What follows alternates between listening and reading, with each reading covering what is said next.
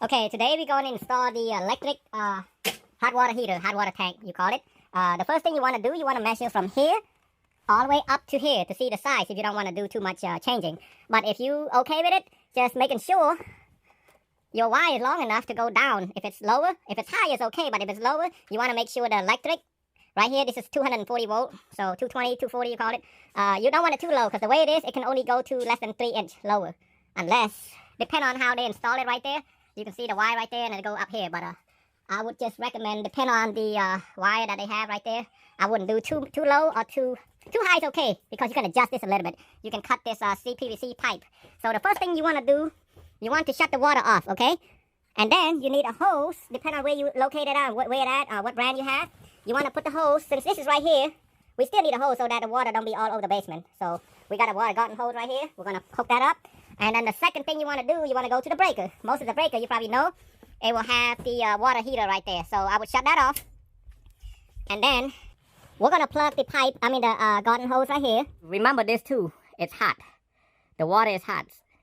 So what I'm going to do, I'm going to release the pressure right here.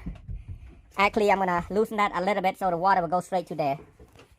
Now with the Rheem, the brand name is Rheem right here. What you want to do, you want to take either a flathead right here and release it slowly. Okay, the water's getting out. So let the water come out. And then the next thing you want to do, water slow. So it's going to come down here like that.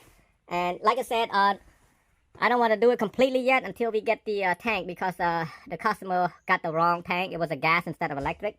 So what you want to do, you want to open this up. So, and then I'll release this valve right here.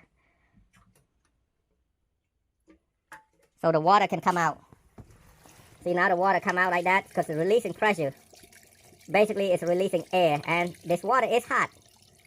Actually, why is it so cold? Well, this is a garden hose. It might be not hot yet. So you got to be careful, though. This is all hot water. And then if the hot water is, if you turn it off, maybe 10-15 minutes before that, it might be cooler. But you always have to be careful. The hot can flash in your face or something. And so in order for me to do it, I'm going to release this right here. Like I said, I'm not going to do it yet until I get my tank. And it is hot. If you touch it, it's probably a good 100 degrees right here. So I don't know why they install like this. This is cold water going to the hot water. It's kind of weird for me. Usually you just hook up hot water this side and cold water this side. I never seen people do such thing like this. So it's kind of awkward for me. But I know they have a shut off right here. That valve right there, they have a shut off. I don't know why. That's weird. Maybe they shut this thing off for the cold. See how it say cold and hot. And I still don't know why they do that. And this thing is not even 5 years old and then it's going bad already.